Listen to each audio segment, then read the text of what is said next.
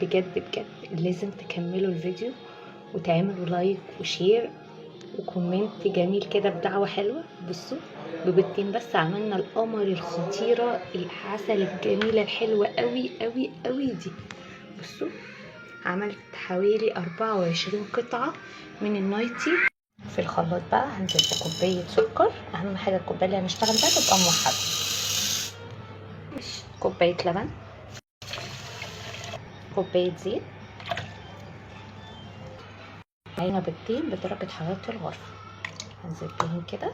مادام في بيض يبقى معانا ايه؟ فانيليا، معلقة صغيرة فانيليا سايلة او كيسين باودر، معلقة صغيرة خل، ونضرب المكونات دي كويس جدا جدا. معايا هنا نص كيلو دقيق ما يعادل 3 كوبايات ونص. هنزل عليه بكيس بيكنج باودر واقلبه كويس جدا. هنزل عليه بالخليط السائل اللي احنا ده في خلاط واقلب لحد ما الدقيق كله يختفي مع السوائل. لو لقيت الخليط تقيل معاكي كده ممكن تزودي كوبايه ميه او نص كوبايه لبن. انا هنزل نص كوبايه ميه سخنه كده، ما تقلقيش البيض مش هيجرى له اي حاجه. بصي هو ده الخليط ده السخن. بصوا ناعم ومن غير تكتلات. صاجين 30 في 40 ده حطيت دهنتهم زيت وحطيت ورقه زبده كده اهي. بصوا الخليط دوت هحطه في فرن سابق التسخين درجه حراره 180. الرف اللي في النص هياخد معايا من 10 ل 12 دقيقه. هنزل بنص الخليط هنا في الصاج ده وفي الصاج التاني. هاخد بس 3 معالق من الخليط الابيض عشان احط عليه معلقه كبيره من الكاكاو الخام علشان اوريكم هنعمل بيه ايه دلوقتي. اهم حاجه نمسكه كويس جدا عشان ما تطلعش حته عاليه وحته واطيه. هدخل اول صاج بقى على الفرن والتاني هقول لكم هنعمل فيه ايه. يعني انا هعمل هنا واحد ساده والتاني هقول لكم هنعمل فيه ايه دلوقتي. هنا معلقتين الخليط الابيض خدتهم على جنب، حطيت عليهم معلقتين من اللبن واحط عليهم معلقه كبيره من الكاكاو الخام واقلبهم كويس قوي. هنا بقى الخليط بقى الكيك انا عملته بالكاكاو. هعمل بقى خطوط كده بالشوكولاته اهي كده. انا حطيتها في كيس وعملت لها خرم صغير خالص عشان خاطر تنزل لي ايه السرسوب الرفيع اللي انتوا شايفينه ده. هاجي بقى بعد ما عملت الخطوط زي ما انتوا شايفين كده هعملها كده. بصوا تدينا بقى شكل النايتي بتاع زمان اللي احنا متعودين عليه. بصوا الشكل اتغير ازاي، تحفه جدا. اول ما بتخرج من الفرن هغطيها بفوطه نظيفه واسيبها لما تبرد خالص وبعدين هطلعها من الصاج واشيل ورق الزبده اللي عليها.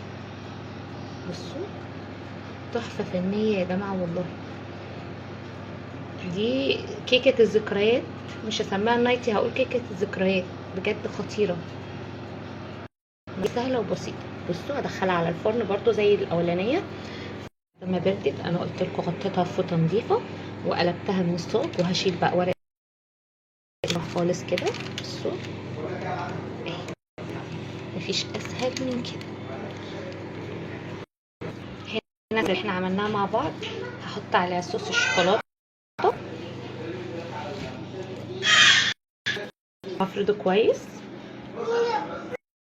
بعد ما خلاص حطيت عليها صوص الشوكولاته هقسمها من النص كده.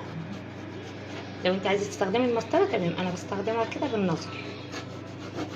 واجيب الجزء اللي دوت احطه على ده كده اهو يطلع معانا بكل سهوله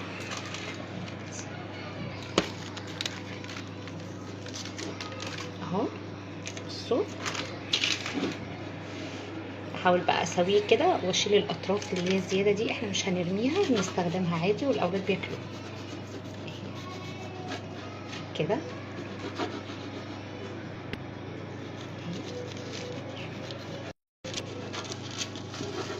عشان بس يبقى شكلها حلو احنا بنقطعها.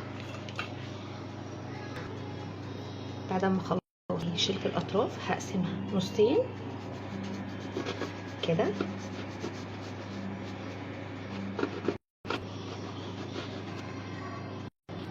بعد ما نصين بالطول، هنيجي بقى بالعرض كده نقطع على قد القطعة. اهم حاجة تبقى كلها قد بعض. بصوا ما شاء الله تحفة جدا. هنا 400 جرام من الشوكولاتة. الشوكولاتة الخام تستبدليها بقلبين من الشوكولاتة اللي بتتباع مغلفة. هقطعها قطع واحطها على حمام مية، واحط عليها بعد ما تسيح خالص احط عليها معلقتين او 3 معالق من الزيت. الزيت يكون ريحته حلوة علشان ما يبوظش الوصفة خالص. بصوا تحفة جدا. وبصوا بقى وصوص الشوكولاتة اللي احنا كنا مسيحينه، قصدي الشوكولاتة. بصوا هغطيها كده واغلفها كويس قوي اهي. غلفتها هطلع بيها على اي حاجة يكون على كيس ستريتش، او نحطها على ورقة زبدة عشان خاطر الشوكولاتة ما تلزقش. هعمل التانية واحدة كمان برضو نفس الكلام كده نفس الطريقة. بصوا تحفة. ودي التانية اللي احنا عملناها مع بعض اللي هي شكلها زجزاج، بس انا حطها على الناحية التانية. احط بقى مربى فراولة، دي انا عاملاها في البيت. هفردها كويس قوي، هفردها كده عليها كلها. هعمل نفس الكلام، هقسمها من النص اهي. برضو هعمل نفس الكلام، هطلع بالنص. هشيل برضو نفس الكلام الحروف الزايدة اهي. برضو هقطعها بقى زي ما عملناها المرة اللي فاتت. بصوا صوابع وتقطعي اهو. بصي مش محتاجة مسطرة ولا اي حاجة. نفس الكلام 3 صوابع ونقطع.